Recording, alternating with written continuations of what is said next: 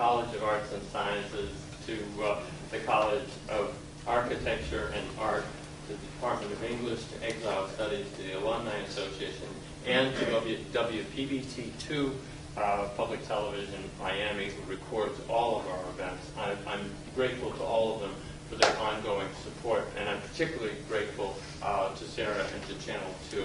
The events, not only tonight's talk, but all of the talks, all of the events offered by the center are archived on the center website. They are available to anyone who can simply go in and begin to view it. If you wish to use any of the material for classroom instruction, either face-to-face or online classes, you're more than welcome to use it. So it's a wonderful resource, and it's provided through the generosity of Channel 2, for which I'm deeply grateful. I'm very grateful also to the Department of Global and Sociocultural Studies, who made Dr. Zarger's talk possible tonight.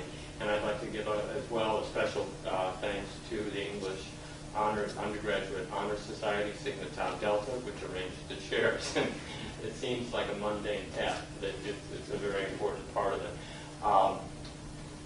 There will be another, this lecture is part of the Food for Thought series that has been going on throughout the academic year. There was a very successful panel discussion at Books and Books in September with Gail Hollander and a number of other local foodies who had a lot to say about different perspectives on food. Chef Mark D'Alessandro gave a talk at the Vizcaya Garage. It doesn't sound like a very prestigious venue, but it was a terrific talk. He talked about meatballs, Italian versus American, and it was another terrific success, as will be tonight's talk. The final talk will be on March 20th. Miguel de la Torre, another former, this is an FIU alum rather than a former faculty, will be coming to talk about food and spirituality. There are also two more talks not related to food that the center is sponsoring this semester that I'd like to make you aware of. Dean Nickel Ray, formerly of FIU, this sounds like old home week, but it's not intended to be that, formerly of FIU, now Dean at Montana State, will be coming back to talk about exile and the American experience. And we just recently learned that the final alumni, Ana Menendez, author of In Cuba I Was a German Shepherd, a very well-known and well-respected novelist and journalist, will be coming on March 3rd to talk about the exilic experience in art. So if you are not on the center listserv already, there is a list. There is a sheet where you can leave your email. You can get on the listserv, and we'll make sure that you get more information about all of these than you expected to. You've heard enough from me. Let me turn it over to Professor Kincaid, who will introduce tonight's speaker.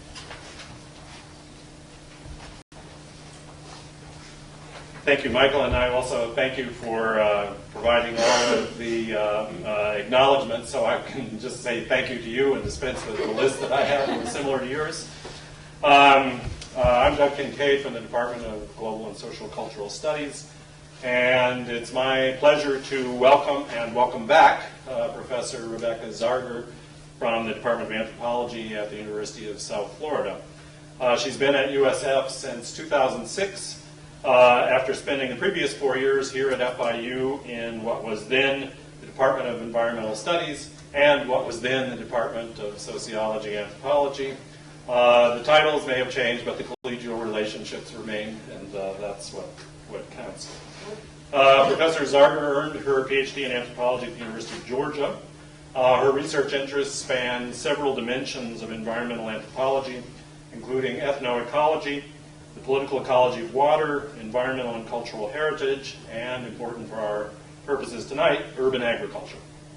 Her work has been supported by a variety of grants from the National Science Foundation, and she's also done a good deal of field work and experience in that venue working in southern Belize with Maya populations. Professor Zarger is tonight. Tonight she brings together two strands that are important in the broad movement to understand our contemporary food systems and promote more healthy, equitable, and environmentally sustainable practices among producers and consumers alike. One of those strands is urban and community gardening, dedicated to the use of urban space for the production of fruits and vegetables and their insertion into the diet of city dwellers who might otherwise not have access to affordable fresh produce. The other is an educational effort to reach into the public schools and introduce students at an early age to the pleasures and benefits of growing their own food and developing a healthy and nutritious diet more generally. Such efforts have been gaining in popularity across the country in recent years, spearheaded perhaps to begin with by the work of Alice Waters, the chef at the renowned Chez Panisse restaurant in Berkeley, and has become one of the hallmarks of the slow food movement internationally. So, starting in 2007, I think, Professor Zarger and some colleagues at USF began a project to work with Tampa Bay area elementary and middle schools on the incorporation of gardening into social science and environmental curricula. Since that project has been going on for a few years now, we have the opportunity tonight to learn about some of the results. And so with all of that said, then we borrow from your title, and we have the opportunity for Professor Zarger to dish the good dirt. Thank you. Thank you for that wonderful introduction and all there were more people who made this visit possible than I ever anticipated, so thank you to all those different sources. Thank you to Dr. Kincaid for inviting me to come. It's a pleasure to be here. And I think I might just grab my computer here. I believe it just booted.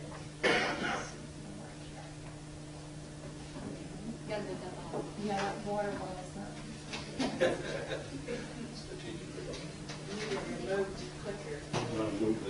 Maybe I'll just leave it. I thought it was going to be.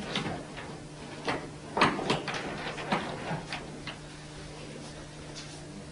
think I'll reach now. Right?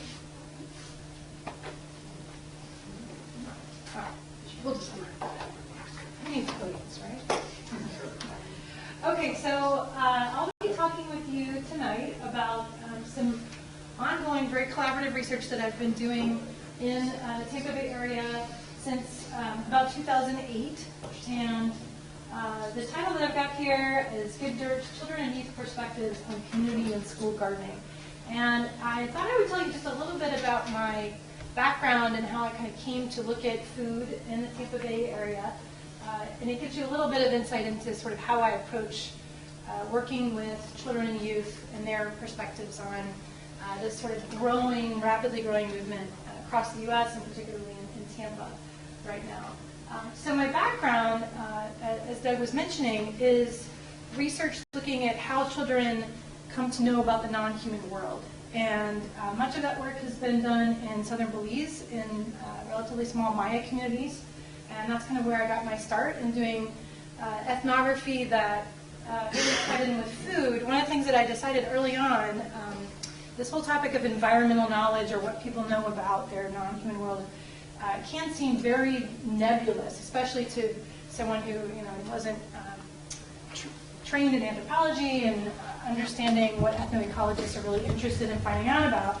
And so when I talked with my parents and kids in southern Belize, one of the ways that I centered on my research was to look at food, because food and what we sort of traditionally call in anthropology subsistence knowledge, or how you go about making a living in a particular local landscape, is something that cuts across all social categories. Everyone eats, and many of you are doing research in food studies, so this is a theme that I'm sure you've heard many times.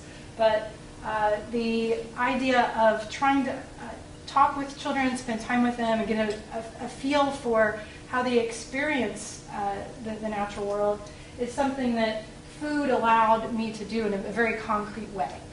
So that's kind of my background. And then when I moved to Tampa, one of the things that's always been really important to me wherever I live is to, there might be some terrible garden metaphors in this talk, so I have a bad knack for doing that, but to put down roots in the Tampa Bay area. And one of the things that I was really interested in doing was getting involved in a sort of burgeoning school and community and garden movement in Tampa, and to bring what I learned from doing research with Maya kids in Belize to the Tampa Bay area. And one of the main insights that came from much of my work in Belize is the argument that much of what kids know about the environment comes through practice. It comes through immersion in a particular landscape. It comes from a sense of attachment that they might feel to particular landscapes. And so if we take kids and we're interested in telling them, why healthful food is going to be beneficial to them, or we talk to them about, the politics of where their food comes from, it just makes sense, I feel, after seeing kids who know hundreds of local plant species and, by the age of 8 or 9 know how to grow their own food and these kinds of things, that providing children and youth with very experiential ways of engaging with food production is something that will be more meaningful to them in the long run. So I've sort of taken that insight and then used that to guide and shape some of the work I've done here in Tampa. And I guess theoretically, one of the things I'm interested with this work too is to combine perspectives from political ecology in an urban setting with anthropology of childhood. And that's probably an area that many of you may not have ever even considered or thought about or even knew existed, other than Sarah over here. But it's a rapidly growing field in anthropology, and so it's sort of this double identity that I lead, where I teach courses in anthropology of childhood and youth, and then I also am an environmental anthropologist, and this work was a way for me to really bridge those two interests. And I should say, I want to, I guess, be sure to acknowledge and thank my collaborators on a lot of the work that I'll be talking about today. These are all former and one, no, they're all former, they've all graduated now, students of mine who I collaborated with in much of this research. And they were really collaborators in the truest sense of the word. So I'd like to thank Lance Arney, Margot Chavez, and Mabel Sabagal. Lance and Mabel were PhD students, and Margot just graduated with her MA. So their enthusiasm and help in shaping the project was really critical. So it's very much a joint work that I'm presenting. The other thing that I'll mention before I kind of get into the details is that I started, I guess, tracking and tracing the emergence of community and urban gardens in the Tampa Bay area around 2009. And all of these efforts that you see represented here represent the work of dozens and dozens of students. So graduate students, undergraduate students who participated in service learning classes that I designed specifically to be sort of focused on these types of efforts. So with that said, I'll give you just a brief snapshot of when we're looking at documenting gardening practices in Tampa, which I said started around 2009. There seemed to be kind of a growing social movement to establish urban community gardens within the city boundary and also in St. Petersburg. So the first sort of urban garden that was formally established was in St. Petersburg. And then about a year later, there was one that happened to emerge in my own neighborhood of Seminole Heights. And we were initially just really interested in kind of documenting why people were involved in this. What was it about community and urban gardens that people were so enthusiastic about in these particular neighborhoods. And as a part of that, as anthropologists, as social scientists, we were really interested in sort of exploring not just the impacts of these new practices on people's diet or food access, but we were really interested in how they were using this to construct what they saw as new food communities. and this is something that a lot of authors have written about in Florida and as well as other places. So one of the things that I guess is perhaps a little unique about what I've done with all these service learning classes is that each of the community partners, which I've worked with probably, let's see, I think it's like 6 or 7 community partners in the area, many of whom either are schools that have gardens or community-based gardens in different neighborhoods. And all of them share some common themes, but also some different aims. One of the things that is really important to people is sort of the quality issue. So there's a perception that organic food is better for you. People say it tastes better. These are, activists and people involved in the movement of establishing urban gardens. One of the things that we found through the earliest work that we did and just reaching out to individual gardeners who are gardening in their homes, as well as some of these sort of burgeoning gardens that were being established, was people who were really interested in this aspect. So the way they talked about it, and through ethnographic interviews and participant observation, was that they saw themselves as creating alternative economies and community, and what they defined as sustainability. People also were really interested in learning new skills. They saw it as something that was fun, improving neighborhood aesthetics. And then I guess one of the things that is really important to consider as well, and these are shared themes from educators, from community activists, from residents, all of these things are very much embraced in an extremely uncritical way. And one of the things in particular, when you think about, and many of you have probably seen a lot of the media attention to school gardens in particular, it's often framed as sort of this silver bullet fix that is going to, encourage kids to eat healthy and get their hands in the dirt, and then makes it more encouraging or sort of appealing for them to eat fresh foods as opposed to processed foods. It's also supposed to combat obesity. It's supposed to address food insecurity. So urban gardening in particular, I think, has emerged as one of these sort of feel-good social fixes for many of the problems that we face in an urban environment where we're sort of, I guess, in conflict with our current food system. And for that reason, I also find this really, really fascinating research because many of the assumptions are just that, as it turns out. So that's one of the things that I'm going to be illustrating today, is not just, I guess, thinking critically about some of the assumptions about the benefits of urban and community garden and school gardens, but also thinking about how the assumptions that are made often gloss over and almost erase the participation of the kids that they're really designed to enthrall and engage.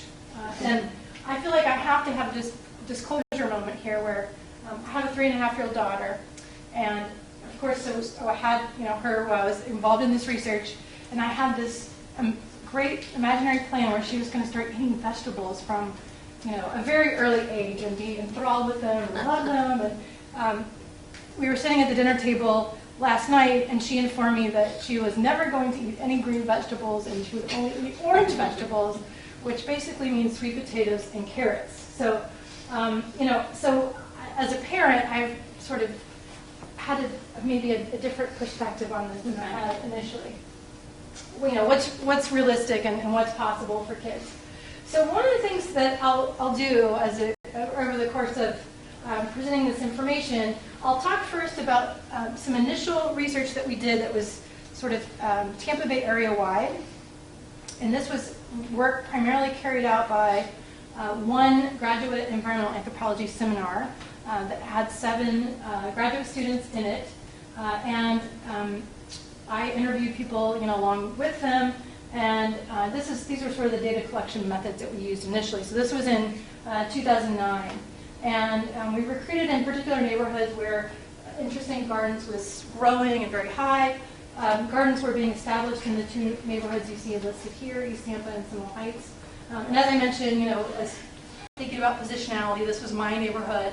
I was also personally invested in seeing a community garden in my neighborhood, so I definitely come from that perspective with the work, but I also try to take a critical eye as well. We carried out interviews with gardeners of various stripes and descriptions all over the area. One of the things that we were particularly interested in was, as I said, sort of responses from communities to this assumption that urban gardening was somehow the cure for all ills. And we were really interested in why people were focused on gardening as a solution to those things. We interviewed a variety of residents, people in suburban areas, residents who were in urban subsidized housing, who had recently had to move from their house and have a very regulated sort of landscape where they couldn't plant things that they wanted. They were also interested in gardening. And so this is a quote from one of our interviewees who was someone who was a suburban resident who sees this as a solution to a lot of the things that I was just mentioning.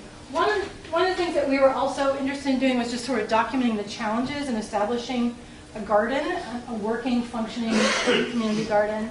And many of you, if you've been involved in this type of work, there are a lot of obstacles and challenges, some of which are very mundane, such as how do you deal with particular pests, especially if you're an organic garden, to continuity issues, to issues of getting leases renewed and having land decrease in value so that it could be used for gardening, but then if land values then somehow recover at some point, then oftentimes leases are not renewed. And there's some very high-profile cases in Los Angeles, for example, where people are kicked off of their urban gardens. So these issues are somewhat bubbling up in Tampa, and we were also interested in just providing basic information to organizations who were establishing gardens.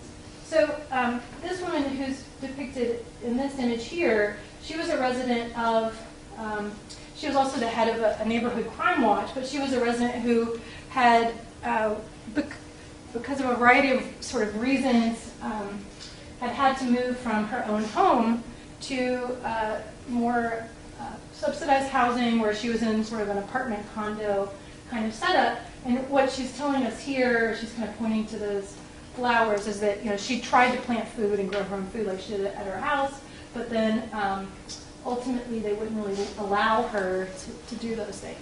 So there's a variety of reasons that people are coming to this type of movement. She also talks about the fact that there was a concern about crime and the impact of crime on a proposed garden. So just to sum up, and this is just to give you guys kind of a background of maybe where Tampa is as far as a sort of sustainable food culture. A lot of people were interested in the following things. These are all sort of things that came up in the introduction as well. But I think of all the things that people see as the most innocuous, perhaps on this list, it's always this one, right? Educate the children. And as an educator and as a mom, I'm a full believer in educating children. But one of the things that became very evident from this early work is that no one was really asking the children what they wanted to learn about, what they found engaging, and also how they wanted to see their communities reformed and revitalized. And so that was kind of what we set out to do with the next project. So the other thing that I'll just mention, and obviously this is something that there's quite a lot of literature about as well, is that the access to resources to establish urban and community gardens are obviously not distributed evenly across the urban landscape. This is a group who were involved in establishing the community garden in Seminole Heights. They had very different sort of access to materials and land than the woman you just saw on the last slide. So thinking critically about these types of sort of structural barriers are also really important. So this is a slide of the site that the woman who had to move into subsidized housing and the sort of condo environment. This was the place that she had identified as a potential garden site but as you can see, it's fenced off. There's trash there, and then you can't really see it in the image, but the big CSX line is sort of backing up to it on the opposite side.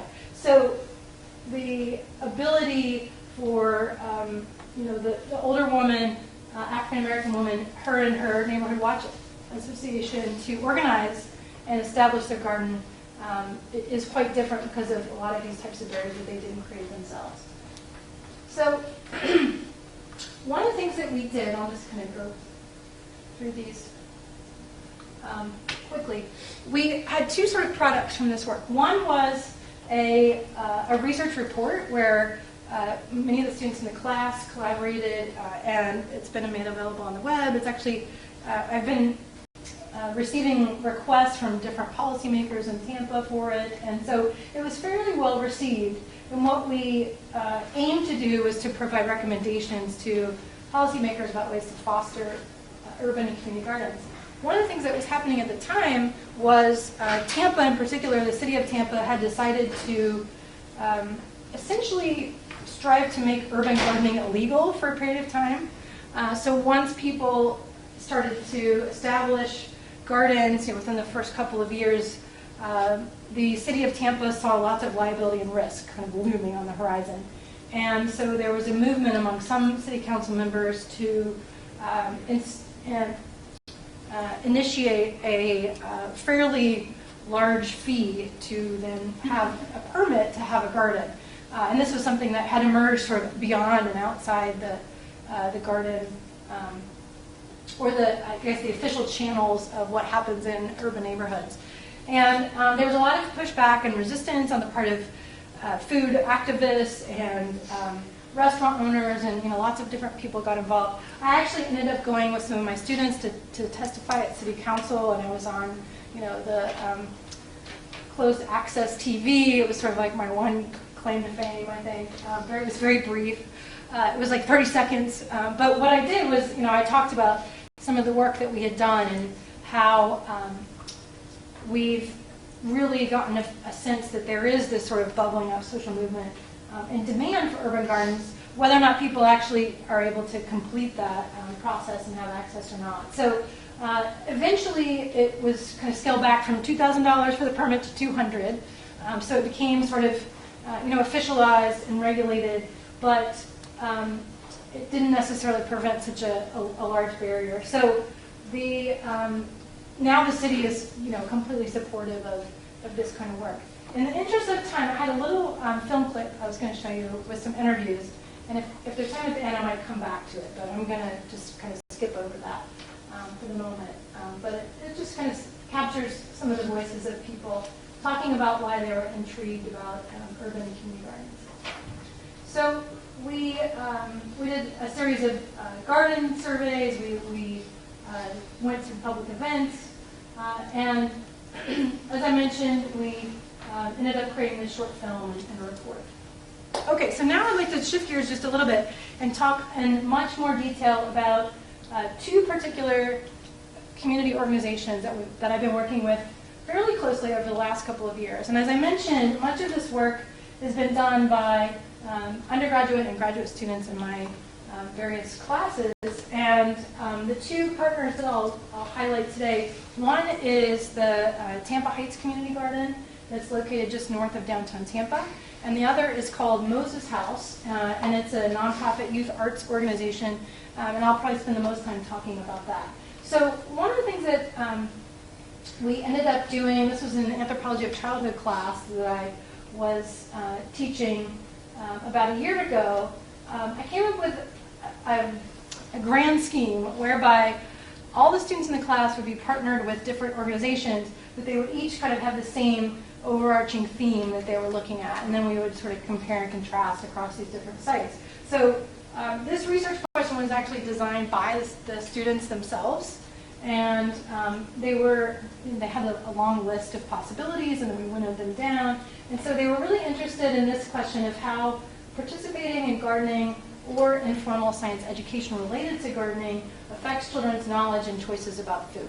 So undergraduate students at USF were, this happens consistently, again and again, really concerned about young people eating healthful food and figuring out ways to get them excited about doing that. And this part is particularly key. Oh, that's exciting. The zombies.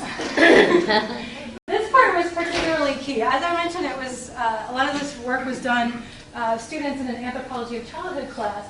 But if you think back to what I mentioned before, where I explained there's many assumptions that are made about the benefits of gardening with children and youth in all these different contexts. You know, everybody wants an education sort of program for their garden. And one of the assumptions is that educating children about these issues is really primary. But one of the things that's missing are their voices and their perspectives. So this is where some of the theorizing about the anthropology of childhood and whether or not children could sort of be seen as co-creating their own culture or subculture kind of comes into play. And we use a technique, well, we use many techniques to collect information, but the things that I'll sort of highlight here are interviews that are either picture voice, where children draw their experiences and then they share with us what's important about those, or they take pictures and images of their experiences and then they tell us what's important to them. So those two methods are kind of the focal point of what I'll talk about for the rest of the talk. So this, these are some photos of the Tampa Heights Community Garden, which was actually established on FDOT land that was donated to the garden, and they built a greenway, and so there was a complete 360 as far as municipal support of community and urban gardens. These are some images of, you can't really see her face here, but this is Miss Kitty Wallace and some of the youth of the Tampa Heights Junior Civic Association. And this is very early on in the days of the garden. It's kind of grown a lot since these pictures were taken. But you can see they've established raised beds, and they have a sort of drip line irrigation system. The way this organization works is they have youth between the grades of, let's see, 4th to 7th grade who come in the afternoons to this Junior Civic Association, and then they go with Miss Kitty a couple of times a week to work in the community garden. And one of the things that's kind of fascinating about their organization is that they're very interested in combining learning about food production with entrepreneurial efforts that have to do with food services. So the youth are involved in establishing a catering business, and also they're renovating what is a former old church, and they've had lots of like Kickstarter campaigns and things like that over the years. The woman who is the director of this organization is just absolutely amazing, Alina Young. But she and many of others of her supporters have established a sort of very small-scale business that the youth are in charge of. So they're in charge of sort of the business plan, and so it's very much a sort of entrepreneurship with food studies that they're involved with.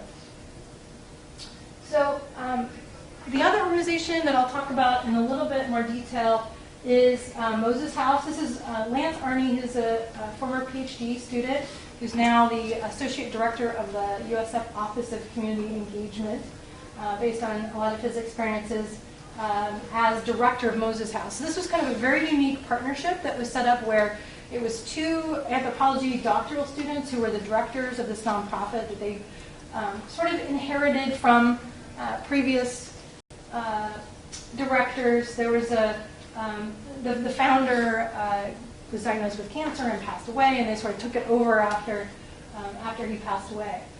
But our collaborative work that we were doing at Moses House was asking these questions in particular. One is, how do images and meanings and memories of gardens past manifest in youth, staff, and founders' goals and dreams for a new garden?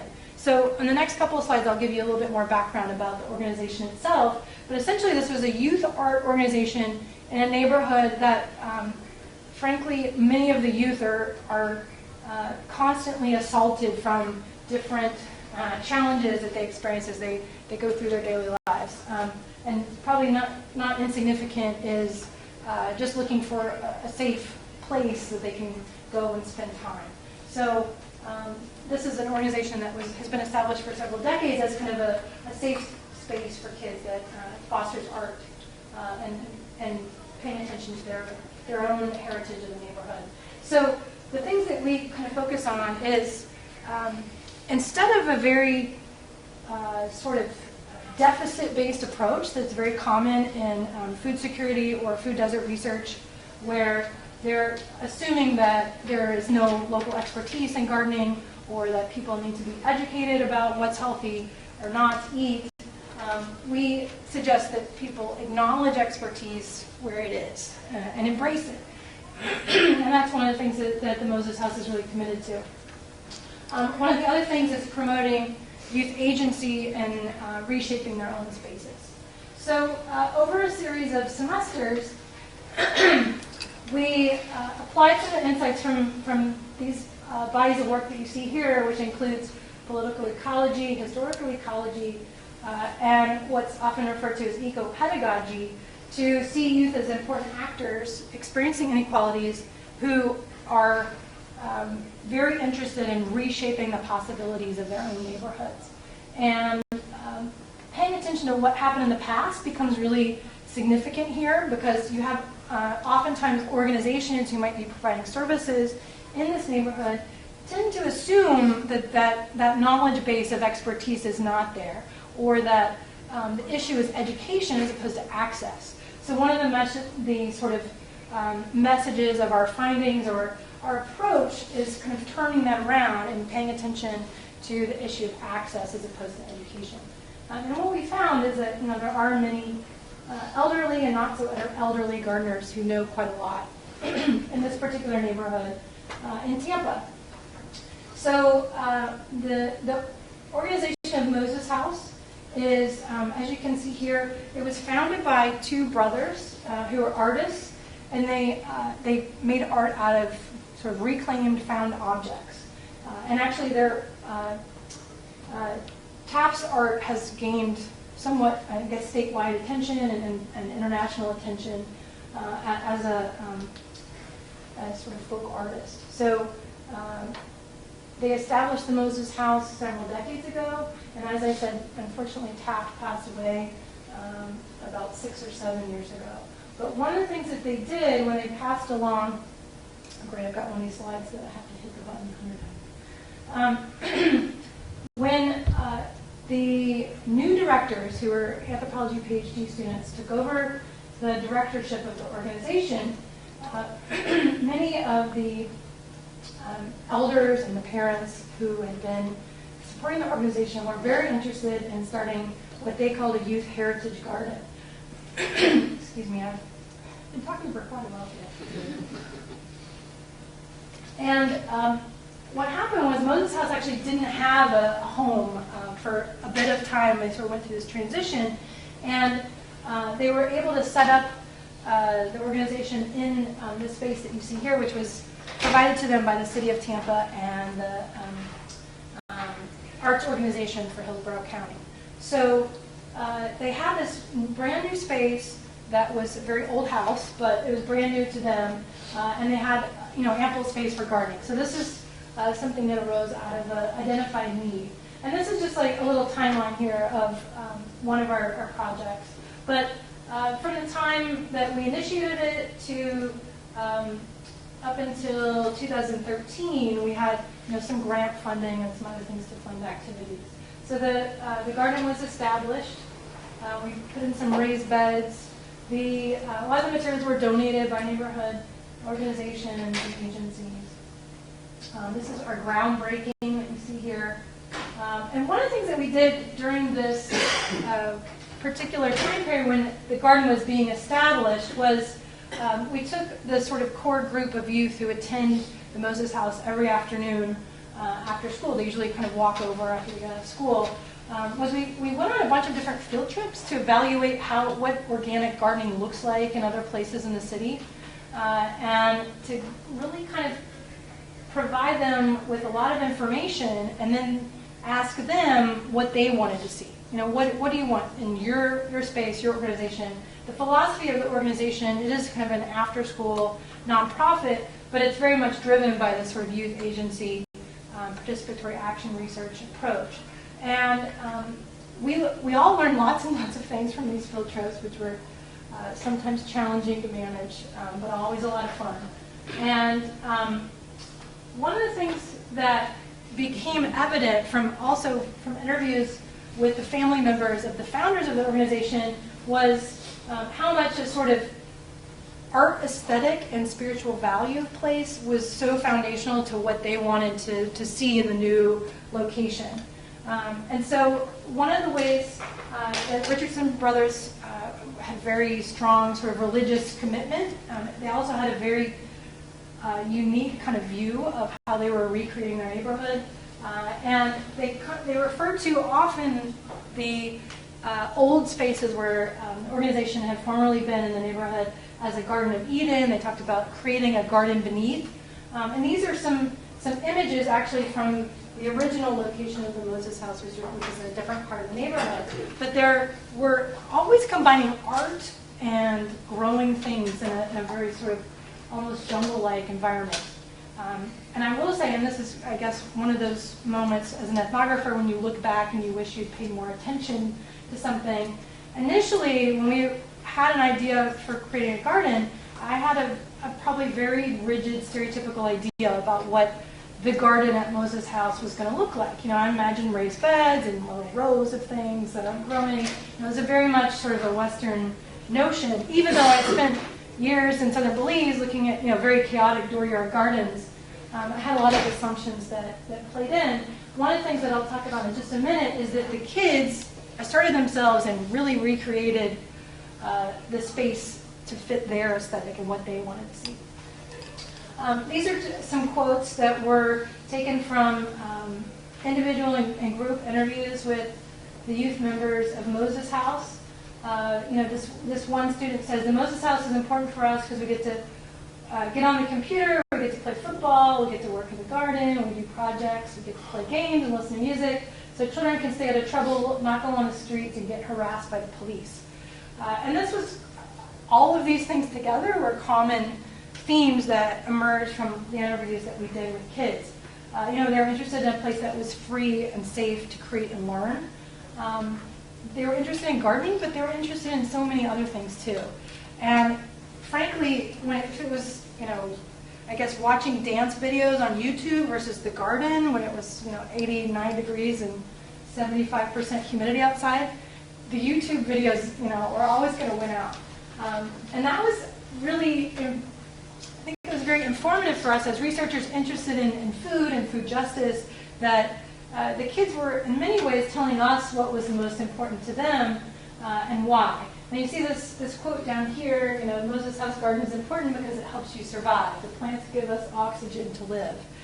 This is a great example of, I think this child was really trying to tell us what we wanted to hear. He was thinking this is what they want to know about. They want to know about the plants. He also was one of our, I guess, most dedicated gardeners that even when it was really hot outside, he was interested in gardening. But one of the things that I and my students learned very quickly was situating gardening practices in a much larger context was really critical. And much of it ended up having more of a focus on aesthetics and the sort of production of space than it did eating healthy food. Many of the kids told us that in lots of different ways. And I think because we responded to that, then the gardening efforts ended up being more successful in the end. One of the other things we did, I kind of mentioned this a bit ago, but we had at Moses House and several other sites around Tampa, this emphasis on food preferences, on whether or not youth had an understanding of what was healthful food and what was not. And a common assumption of many of the organizations that promote urban and school gardening is that kids need to be educated about what's healthy. That they need to learn, it's not the 4 food groups anymore, it's like the rainbow color wheel or the former food pyramid, and understand, if they could just grow a tomato and eat it somehow, that's going to convince them this is what they need to be eating. And we didn't find that at all. In fact, some of the stuff that we grew, we had to really convince the kids to try. Many of the girls in particular were not on board with getting dirty out when it was really hot outside. Saw that as a very undesirable thing to do. So these things, I think, were important to document, and talking with kids about, well, okay, if you don't like to do it this way, what's another way that we might be able to do it? And ultimately, I think that allowed us to create a more successful program in the end. One of the things that we did was we set up these sort of rewards based on tasting lots of different things that the youth had not tasted before, some of which we were able to grow there and some of which we got from the farmer's market. But that was kind of a successful thing too. One of the things that was a way of connecting up with old Moses House locations and previous work by the Richardson brothers was to use resurrected materials. So we had, one of our beds had an old garden gate that we planted squash and it kind of climbed up. The pavers that you see here were actually donated by a relative of the Richardsons who found out what we were doing and donated them. So a lot of the stuff was sort of resurrected materials. So I mentioned photo and picture voice interviews, and we had, I guess, two things I'll emphasize here quickly. One is this notion of, what's healthy and what's not. We were really interested in that. And the other was recreating and re-envisioning the space. One of the things that we definitely documented, and this has been multiple times at different organizations, is kids have got this healthy food stuff down. They've got it. I feel like after they leave the second grade or something, they know what's up with what's healthy and what's not. What's never considered is this issue of access, and also how food preferences are shaped by access. So, kids at Moses House in particular, they would draw, pictures of what was healthy or what was not, and then we would ask them questions about what food that they prefer to eat, and it was usually things that, you establish gardening programs to try to get kids not to eat. Things like chicken nuggets and all those delicious things that small people tend to prefer, unless they've had access to lots and lots of choices of different things from very early on in life. And if you're my daughter, then even then, you might still prefer chicken nuggets. So, one of the things I think that will be helpful to kind of keep in mind for future work that we're doing, and for others as we go to publish this work, is that there is this very important connection between access and preference and what kids experience at an early age. And that's something that needs to be addressed. So I mentioned the other theme, I'll just talk about this and then I'll kind of wrap up here, is the design of the garden and the creation of the space, the kind of co-creation of the space. So this was the one that the boring adults came up with before the map of what the garden might look like. Before we did the interviews with kids and before we spent a lot of time with them talking about what they wanted. And this was the really awesome one that they came up with later. And this is what was everyone's favorite area, which is what they called the chill garden. Over here, that was like overlooking the river. So, they were interested in growing food. They wanted to learn more about that, but they really wanted to create this sort of Garden of Eden safe zone that they could come and spend time in. And once we got that, then things really kind of evolved, and the youth really kind of came on board. So in conclusion, I guess a few things to think about, and many of these conclusions are very much shaped by, as I mentioned, my collaborators in this work, who are all former students.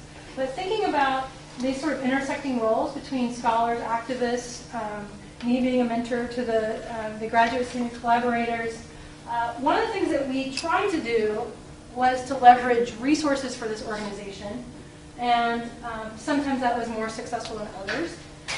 The other thing is not just sustaining the garden as a food production space, but seeing it as a place of revitalization, as a pedagogical space, as a place where children can sort of reassert their own agency over spaces that they might not normally have control over. So that involves identifying structures that constrain youth agency and thinking about ways to change those or to challenge. One of the things that was a constant problem from the point of view of sustainability of the program was maintaining interest over time.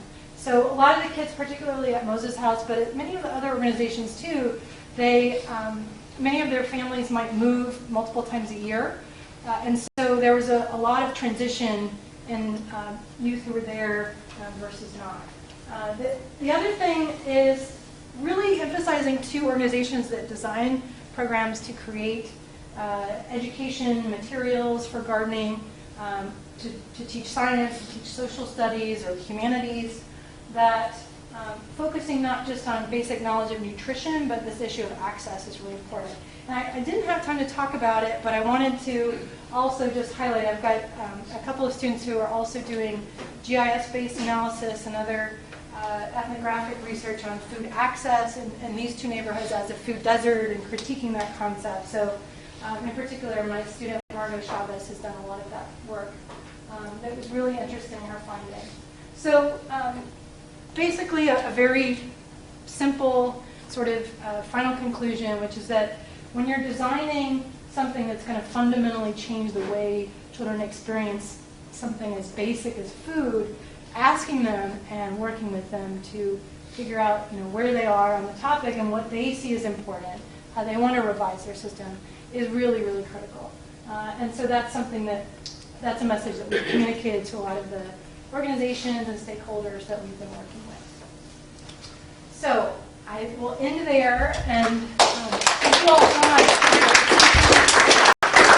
And thank you so much for inviting me to be here.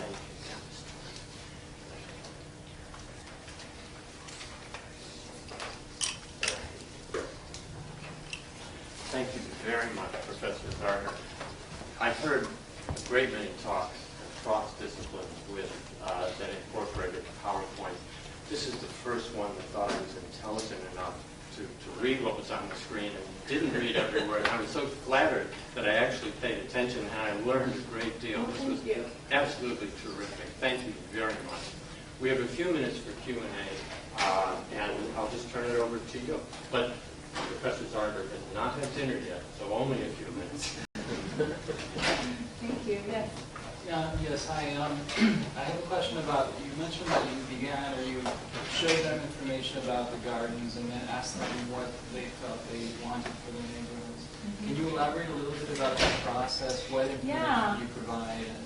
Yeah, that's a great question. I did kind of gloss over some of the methods that we use. So with that particular set of student service learning projects, and it was in 2011 at the Moses House was probably the place where we did that in the most kind of systematic way.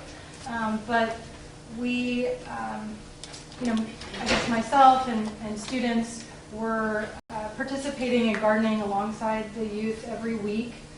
We had a lot of informal conversations about what they would like to grow in the garden, for example, like specific vegetables that they were interested in, they thought they might like to eat. We were also a part of other programming that was going on at the organization. So, for example, there was another group that was painting rain barrels that we were using to collect water. So it was a very, I guess, much of it was a very informal process as far as collecting information, but we did have more structured interviews where one of my undergraduate students would sit down with one individual child or youth and ask them to, draw what they wanted to see in the space, or what they saw as food that they wanted to learn more about, information about the kinds of food that they prefer to eat versus what they thought they should be eating, those kinds of things. One of the things that came out of that particular effort was a lot of the kids were drawing pictures of fruit cups on their drawings of the things that they saw as healthy.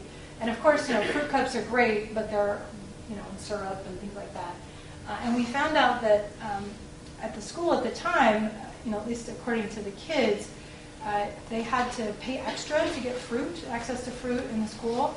And the year right after that, they actually changed the way the whole food provision system works in Hillsborough County schools. And we saw the fruit cups fall off of the drawing interviews. And and then it was more, bananas and apples and things like that. So it's interesting to see how responsive the kids' perceptions are to the context that they're in. So I guess to answer your question in a more concise way, it was a combination of picture voice and photo voice interviews and focus groups, basically group interviews with kids as well as participant observation. And of all of those things, participant observation and building relationships with the children was probably the most revealing and the most significant. You said that their favorite part was the Garden of Eden portion of the space they created. So it makes me think, what led to that? They were exposed to that idea, sort of. Okay, yeah, so that's a great question. I didn't go into it in a lot of detail here. Some of the dissertation work that Mabel Sabogal did, I mentioned her in the beginning. She was especially focused on this aspect of the history of Moses House as an arts youth organization. But essentially the founders were very focused on kind of communicating that concept to generations of youth that they worked with as a part of the organization. And then one of the other things that was going on at the same time, which I didn't mention either, was there were a couple students who were in my research methods class who were doing oral history interviews with some of the elders. And so the kids were there. They actually, Mabel Sabogal trained them to provide training on videography and editing video, and that was a big part of her dissertation work. So they were there for all those interviews, and I think they really kind of took to internalize some of the dialogue that was a part of that, and really said, and they just really wanted pretty flowers. That was like one of the things that they just really wanted. They wanted to plant bougainvillea all on the fence. Initially we were like, oh, but it's about vegetables. And then we decided, you know what? We want bougainvillea too. And, so we used the funds for that. And so, there was a lot of that kind of, I guess, all of us re-examining our assumptions about what the goals of the project were. So was this project like just a one-time experiment kind of thing, or were you trying to expand it throughout different? Well, the Moses House is, like I said, it's sort of a unique organization compared to others in Tampa. But and the work there, it's faced some challenges recently because of funding. So, for example, with this project, we had funding from Allegheny Ministries TOW grants. That was a $10,000 grant that funded a lot of the activities that we talked about here. And then we don't have that grant anymore, but have put a lot of effort in finding additional grants that have been very hard to come by. Most recently, there's been funds from there's a variety of neighborhood service providers that are tied in with the Blue Foundation that have also provided funds. The work that I've done with a lot of other students at other urban gardens has been, I guess, in a different vein, but also has been in some ways more sustainable than the efforts that you see described here. So I guess the goal in working with students to do this sort of work with community partner organizations is to accomplish things we really wouldn't be able to accomplish without that support, that sort of in-kind support. So in my service learning classes, I require 15 hours of work with a community partner for students in the class. And the organizations are they're very interested in what we're doing as researchers and as a project, but they're also really interested in that kind of volunteer support too.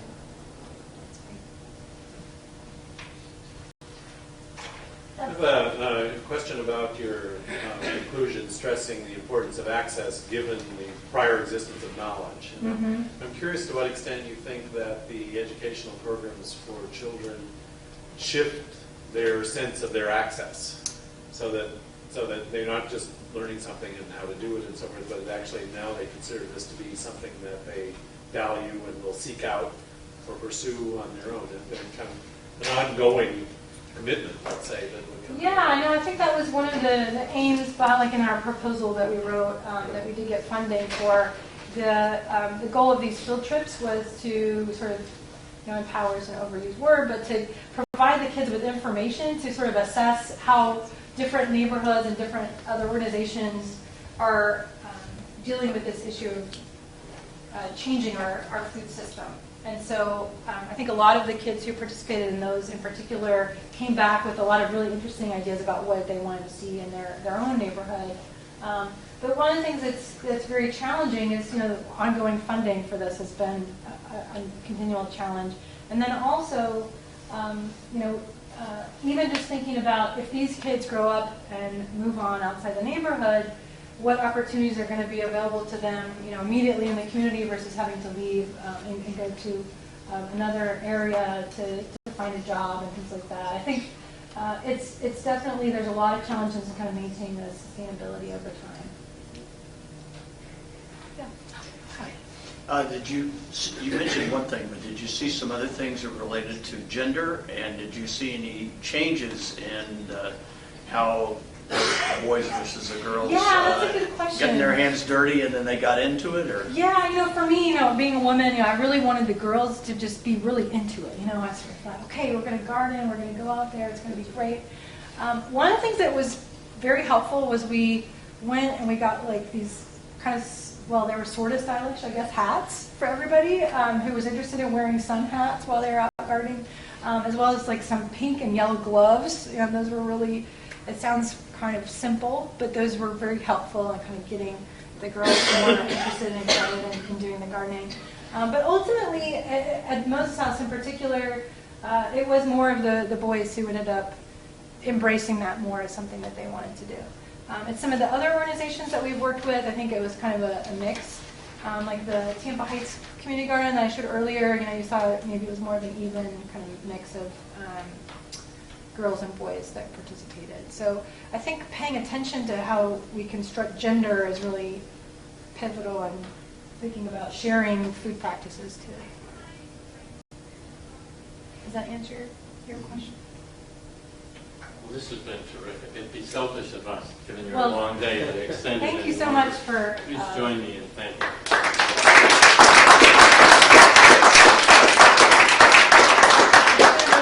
So thank you again.